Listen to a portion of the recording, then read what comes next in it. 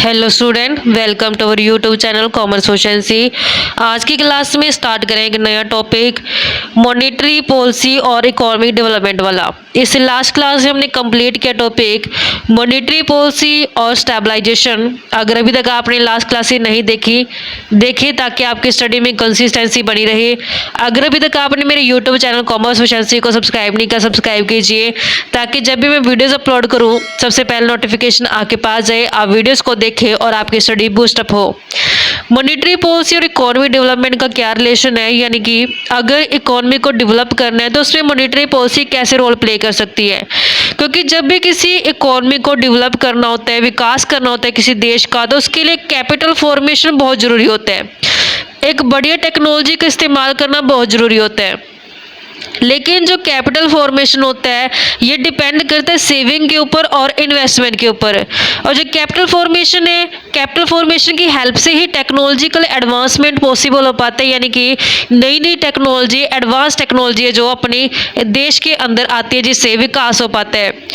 इससे अब यहाँ पे इकोनॉमिक डेवलपमेंट करने के लिए मॉनेटरी पॉलिसी कैसे इस्तेमाल की जाती है कि चीप मनी पॉलिसी का इस्तेमाल किया जाता है। डिफरेंट मेथड है जो क्रेडिट कंट्रोल के वो लागू किए जाते हैं ताकि इंक्रीज की जा सके रेट ऑफ इन्वेस्टमेंट और प्रॉपर डायरेक्शन में जो पैसा लगाया जाए। क्योंकि इन्वेस्टमेंट है वो भी सही दिशा में लगानी ज़रूरी है ताकि देश है जो विकास की ओर अग्रसर हो पाए। जो सेविंग्स है उनको बढ़ावा देना चाहिए, इन्वेस्टमेंट्स को बढ़ावा देना चाहिए। सेविंग को बढ़ाने के लिए बैंकिंग सिस्टम को डेवलप करना चाहिए, फाइनेंशियल इंस्टीट्यूशन को डेवलप करना चाहिए। क्योंकि अगर सेविंग को बढ़ाना है तो ज़रूरी है कि उससे पहले बैंकिंग सिस्टम है स्ट्रॉन्ग हो। अगर लोग अपनी स्मॉल सेविंग को इकट्ठा कर रहे हैं तो उसको जमा कहाँ कराएंगे, वो कहाँ डिपॉजिट कराएंगे? बैंकों के अंदर। तो बैंकों का, फाइनेंशियल इंस्टीट्यूशन का प्रॉपर तरीके से डेवलपमेंट होना ज़रूरी है ताकि लोग अपनी जो स्मॉल सेविंग्स है वो डिपॉजिट करवा पाए। मॉनेटरी पॉलिसी के अंदर कुछ मेथड्स यूज़ किए जाते हैं ताकि इकोनॉमिक डेवलपमेंट की जाए। फर्स्ट मेथड आता है मोबिलाइजेशन ऑफ सेविंग, यानी कि सेविंग को मोबिलाइज किया जाता है। अगर एक देश का विकास करना है तो ज़रूरी है कि सेविंग को बढ़ावा मिले। सेविंग को बढ़ावा कब मिलेगा? जब पर कैपिटा इनकम ज़्यादा होगी। लेकिन अंडर डेवलप्ड कंट्रीज़ के अंदर पर कैपिटा इनकम लो होती है क्योंकि गरीबी है देश के अंदर, तो लोगों के पास अपने खर्चे पूरे करने के लिए इतनी कमाई नहीं होती, तो वो पैसा सेव कहाँ से कर लेंगे? सेविंग जो होती है वो बहुत कम होती है। अगर वो थोड़ी बहुत सेविंग कर भी पाते हैं तो बैंकिंग की फैसिलिटी इतनी नहीं है कि वो जाकर के जमा करा के आप डिपॉजिट करा पाए उस सेविंग को। तो इसके लिए बैंकिंग फैसिलिटी का स्ट्रॉन्ग होना बहुत ज़रूरी है। अगर लोगों की इनकम बढ़ती है तो जिससे देश का विकास है जो होना शुरू हो जाएगा, जो प्रोसेस है डेवलपमेंट का वो स्टार्ट होना शुरू हो जाएगा और जो सेविंग्स है वो धीरे धीरे बढ़नी शुरू हो जाएंगी। अगर प्रॉपर फैसिलिटी नहीं दी गई है, बैंक की फैसिलिटी नहीं दी गई है कि लोग अपना जो सेविंग है वो डिपॉजिट करा पाए, तो वो लोग जो उनकी इनकम इंक्रीज है उसको क्या करेंगे? फिर सेव करने के बजाय खर्च करना शुरू कर देंगे क्योंकि बैंकिंग तो है ही नहीं है, फैसिलिटी तो है ही नहीं है। बैंक की फैसिलिटी ना होने के कारण लोग पैसा जमा कराने की बजाय, डिपॉजिट कराने की बजाय उसको खर्च करने शुरू कर देते हैं। इसके लिए मॉनेटरी पॉलिसी है जो बढ़िया तरीके से इस्तेमाल की जानी चाहिए, जिससे ज़्यादा से ज़्यादा सेविंग है जो उनका मोबिलाइजेशन किया जा सके। इस पर्पज़ के लिए कुछ मेथड्स है जो मॉनेटरी पॉलिसी के अंदर इस्तेमाल किए गए हैं। फर्स्ट मेथड है कि इस्टेब्लिश किया जाए फाइनेंशियल इंस्टीट्यूशन को। फाइनेंशियल इंस्टीट्यूशन है जो इस्टेब्लिश करने ज़रूरी है ताकि जो पर्सन की स्मॉल सेविंग्स है, छोटी छोटी जो उनकी अमाउंट सेव की है अंडर डेवलप्ड कंट्रीज़ के अंदर, उनको वो होल्ड करने की बजाय वो डिपॉजिट करा के आ पाए फाइनेंशियल इंस्टीट्यूशन के अंदर। इसीलिए फाइनेंशियल इंस्टीट्यूशन का इस्टेब्लिश होना ज़रूरी है। अगर प्रॉपर तरीके से फाइनेंशियल इंस्टीट्यूशन सेटअप किए गए होंगे तो जो पर्सन्स हैं वो अपनी स्मॉल सेविंग्स को जाकर के फाइनेंशियल इंस्टीट्यूशन में डिपॉजिट कराएंगे, जिससे जो सेविंग्स है वो मोबिलाइज होनी शुरू हो जाएगी। और जो कोऑपरेटिव बैंक्स होते हैं जैसे लैंड डेवलपमेंट बैंक इस्टेब्लिश किए जाने चाहिए रूरल एरियाज़ के अंदर, ताकि जो रूरल सेविंग्स होती है उनको मोबिलाइज किया जा सके। चीप क्रेडिट फैसिलिटी है जो देनी चाहिए। चीप क्रेडिट फैसिलिटी का मतलब होता है कि लो रेट ऑफ इंटरेस्ट पे है जो क्रेडिट क्रिएट करना चाहिए। एक इफेक्टिव मॉनेटरी पॉलिसी जो होती है वो डेवलपमेंट ऑफ मनी मार्केट और कैपिटल मार्केट में हेल्पफुल रहती है। अगर इफेक्टिव मॉनेटरी पॉलिसी होगी जो हेल्प करेगी मनी मार्केट को डेवलप करने के लिए और कैपिटल मार्केट को भी डेवलप करने के लिए। मॉनेटरी पॉलिसी के अंदर अगर बढ़िया तरीके से फाइनेंशियल इंस्टीट्यूशन सेटअप किए गए हैं तो उससे एक्सेलरेट होगा, इकोनॉमिक डेवलपमेंट को बढ़ावा मिलेगा दो तरीके से। पहला तरीका कौन सा कि जो सेविंग्स है लोगों की उनको मोबिलाइज किया जाएगा। सेकेंडली कि जो फाइनेंशियल इंस्टीट्यूशंस है वो हेल्पफुल रहेंगे चैनलाइज करने के लिए कि जो सेविंग उनके पास डिपॉजिट की गई है उस सेविंग्स को आगे वो प्रोडक्टिव एक्टिविटीज़ के अंदर लगाएं। इस तरीके से प्रोडक्टिव एक्टिविटीज़ के अंदर लगाएं जिससे इकोनॉमिक डेवलपमेंट का ऑब्जेक्ट है जो वो अचीव किया जा सके। प्रोडक्टिव एक्टिविटीज़ का मतलब क्या है कि ऐसी एक्टिविटी जिससे देश में और आगे बढ़ावा मिले और है जो इकोनॉमी के डेवलप कर पाए। ऐसे ऐसे प्रोजेक्ट के अंदर है जो सेविंग्स को चैनलाइज किया जाता है, आगे लगाया जाता है।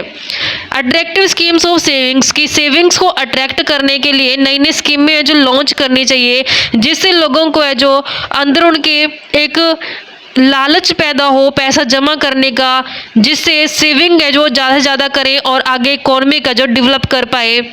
इसके लिए सेंट्रल बैंक है जो इंट्रोड्यूस करते हैं अट्रैक्टिव स्कीम्स जैसे recurring deposit scheme, saving bank for childrens, collection of saving from door to door, यानी कि डोर टू डोर जाकर के जो स्मॉल सेविंग्स होती है वो कलेक्ट की जाती है।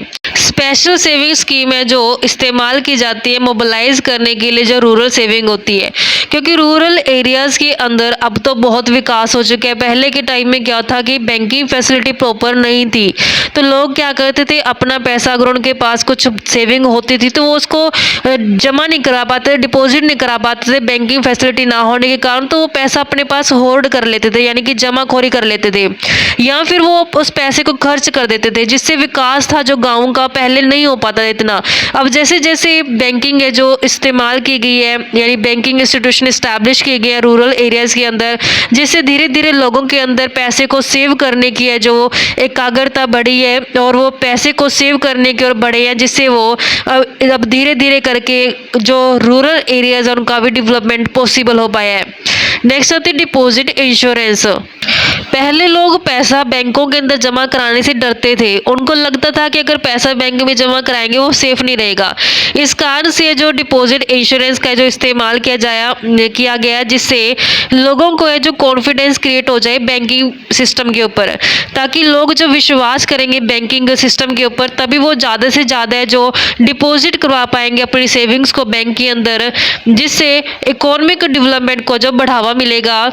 जब डिपॉजिट इंश्योरेंस लॉन्च किया जाता है तो इससे क्या होता है कि लोगों के अंदर जो बैंकों के फेलियर होने का डर था वो निकल गया, जिससे लोगों ने अपना डिपॉजिट से पैसा बैंकों के अंदर करना स्टार्ट कर दिया और धीरे धीरे जो फाइनेंशियल इंस्टीट्यूशन है वो स्ट्रॉन्ग होते गए। नेक्स्ट पॉइंट आता है कैपिटल फॉर्मेशन। कैपिटल और कैपिटल फॉर्मेशन दोनों अलग होते हैं बच्चों। कैपिटल फॉर्मेशन का मतलब ये एक फ्लो होता है जिसमें देखा जाता है कि ईयर की स्टार्टिंग में इतना कैपिटल था और लास्ट में ईयर के एंड में कितना कैपिटल है जो लग चुका है। वो कैपिटल फॉर्मेशन के अंदर उन प्रोजेक्ट्स के अंदर पैसा लगाया जाता है जिससे ओवरऑल इकोनॉमी का डेवलपमेंट हो।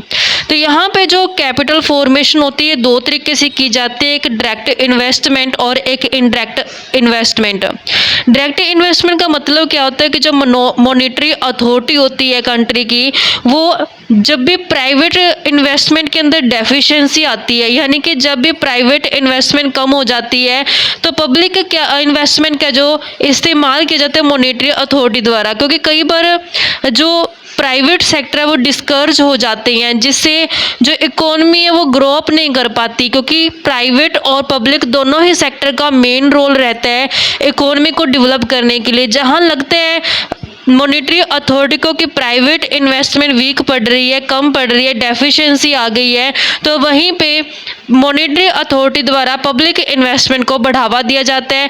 डायरेक्ट इन्वेस्टमेंट है जो इस्तेमाल की जाती है मॉनेटरी अथॉरिटी द्वारा पार्टिकुलर इंडस्ट्रीज़ के अंदर, जिससे पब्लिक इन्वेस्टमेंट बढ़ने से जो इफ़ेक्ट होते हैं प्राइवेट इन्वेस्टमेंट के ऊपर देखने को मिलता है।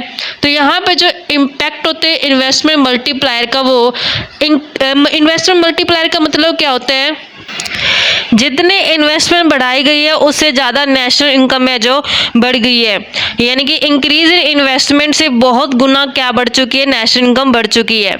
नेक्स्ट होता है इनडायरेक्ट इन्वेस्टमेंट। इनडायरेक्ट इन्वेस्टमेंट का मतलब क्या होता है कि यहाँ पे मॉनेटरी अथॉरिटी डायरेक्ट इन्वेस्टमेंट नहीं करती, इनडायरेक्ट इन्वेस्टमेंट करती है।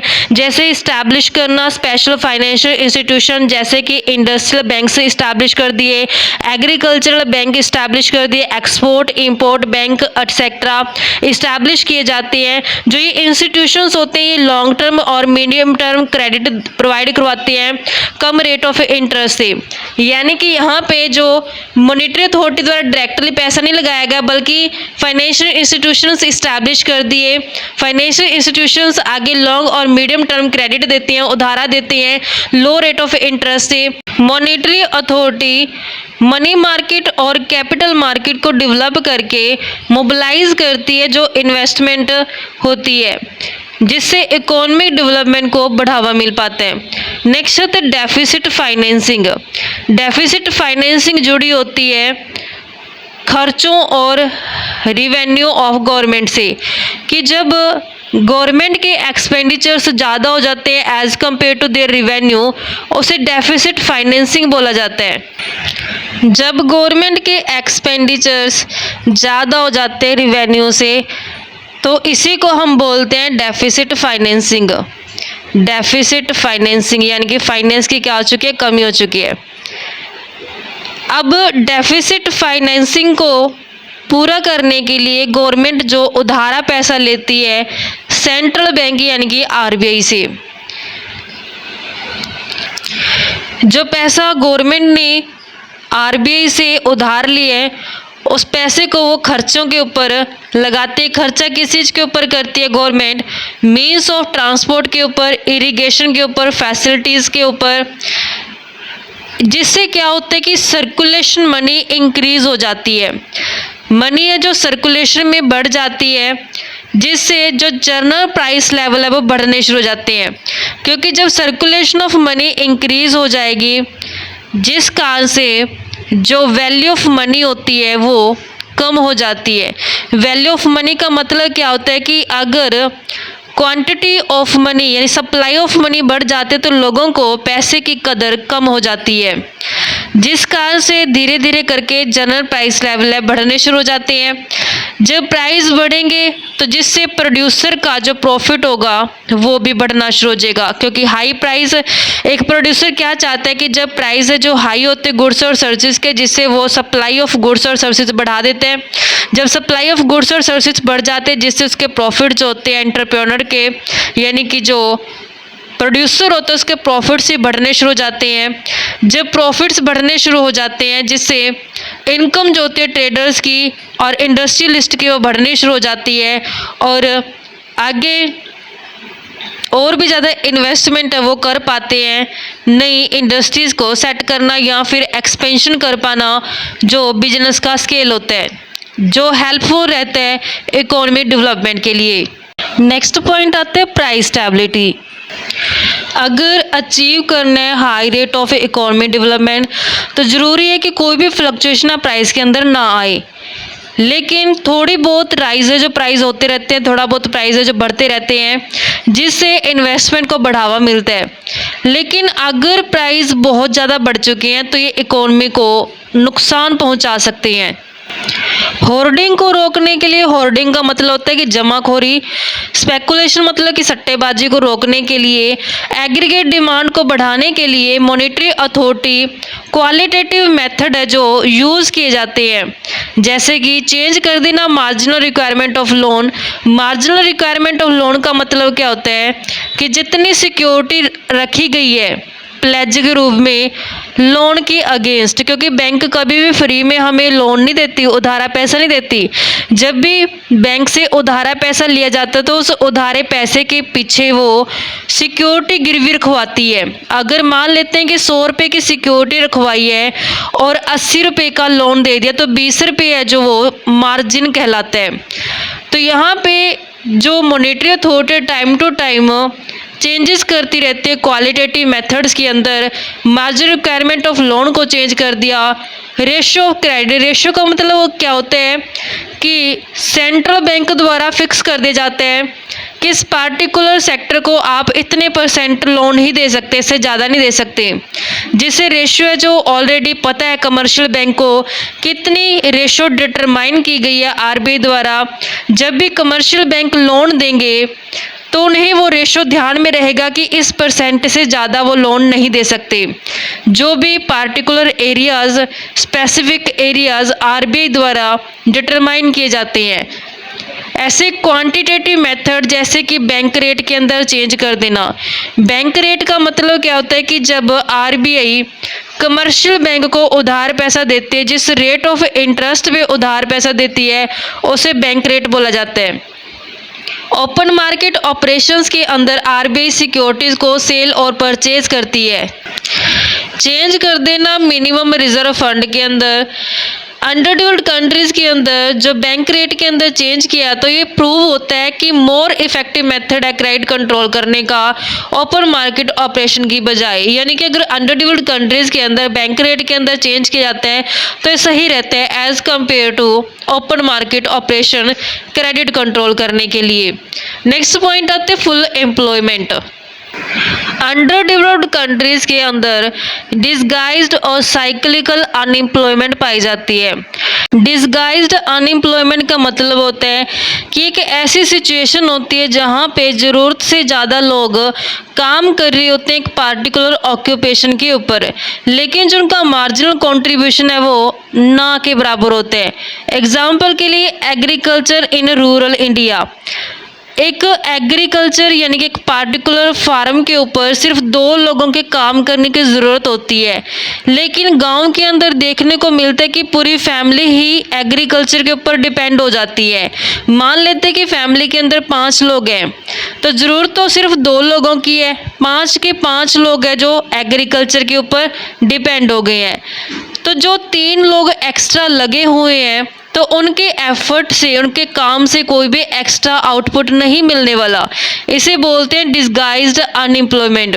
वहीं साइक्लिकल अनएम्प्लॉयमेंट का मतलब क्या होता है कि जब बिजनेस साइकिल के अंदर जो बिल्कुल रिसेशन और डिप्रेशन वाली सिचुएशन होती है, जिस टाइम पे इकोनॉमी डाउनफॉल चली जाती है, डिमांड जो होते हैं गुड्स और सर्विसेज की वो डाउन चली जाते हैं, जिस कारण से वर्कर्स को ले ऑफ कर दिया जाता है, हटा दिए जाते हैं, तो उसे साइक्लिकल अनएम्प्लॉयमेंट कहा जाता है।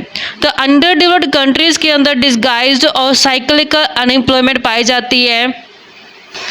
अगर रिमूव करने अनएम्प्लॉयमेंट को तो ज़रूरी है कि फुल एम्प्लॉयमेंट का ऑब्जेक्ट अचीव करने के लिए प्राइवेट और पब्लिक दोनों ही इन्वेस्टमेंट को बढ़ावा दिया जाए, क्योंकि सिर्फ प्राइवेट इन्वेस्टमेंट या फिर सिर्फ पब्लिक इन्वेस्टमेंट अकेली काफ़ी नहीं होती।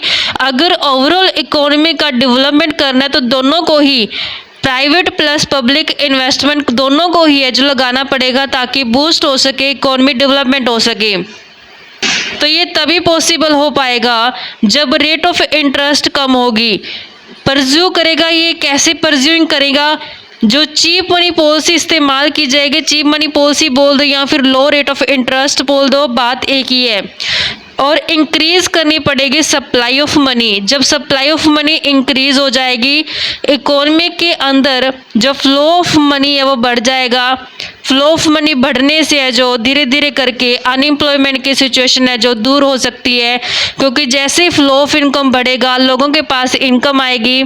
जब इनकम आएगी तो उनकी खर्च करने की कैपेसिटी बढ़ जाएगी, जिस कारण से जो गुड्स की डिमांड है वो बढ़ जाएगी। डिमांड बढ़ने से प्रोडक्शन है जो गुड्स का वो स्टार्ट किया जाएगा, जिससे अनएम्प्लॉयमेंट दूर हो जाएगी। नेक्स्ट पॉइंट आते हैं equilibrium in the balance of payment. Economy development करना अगर अंडर डेवलप्ड कंट्रीज के अंदर, तो ज़रूरी है यहाँ पे कि इक्विलिब्रियम संतुलन क्रिएट किया जाए बैलेंस ऑफ पेमेंट में। इस ऑब्जेक्ट को स्टेबल मॉनेटरी पॉलिसी की हेल्प से अचीव किया जा सकता है। कैसे अचीव करेंगे? इंक्रीज करके रेट ऑफ इंटरेस्ट को फॉरेन कैपिटल है जो अट्रैक्ट की जा सकती है, क्योंकि जब रेट ऑफ इंटरेस्ट हाई हो जाएगी, जिससे फॉरेन कैपिटल है जो अपने डोमेस्टिक कंट्री के अंदर लगाई जाएगी, जिससे डोमेस्टिक कंट्री का जो डेवलपमेंट हो पाएगा।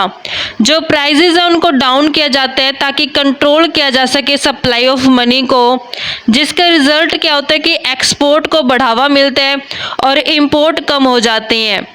एक्सपोर्ट जब बढ़ जाएंगे, जिससे जो रिसिप्ट्स होंगी वो ज़्यादा हो जाएंगी एज़ कम्पेयर टू पेमेंट। तो जब रिसिप्ट्स ज़्यादा हो जाएंगी, जो फॉरेन की करेंसी है, जो फॉरेन से गोल्ड रिसीव होता है, वो इंक्रीज़ हो जाएगा, जो हेल्पफुल रहेगा एक अंडर डेवलप्ड कंट्री की इकोनॉमी को डेवलप करने के लिए। इस तरीके से बच्चों हमारे पास पॉइंट था कि किस तरीके से मॉनेटरी पॉलिसी का इस्तेमाल करके इकोनॉमी को स्टेबलाइजेशन किया जा सकता है। आई होप कि आपको ये क्लियर हो गया होगा। नेक्स्ट क्लास में कवर करेंगे लिमिटेशंस क्या है मॉनेटरी पॉलिसी की अंडर डेवलप्ड कंट्रीज़ के अंदर। ऐसे ही रेगुलर क्लासेस के लिए आप मेरे यूट्यूब चैनल कॉमर्स एफिशिएंसी को सब्सक्राइब, लाइक और शेयर करें। बेल आइकन जरूर प्रेस करें ताकि जब भी मैं न्यू वीडियोस अपलोड करूं सबसे पहले नोटिफिकेशन आपके पास जाए, आप वीडियोस को सबसे पहले देखो और आपकी स्टडी बूस्ट अप हो।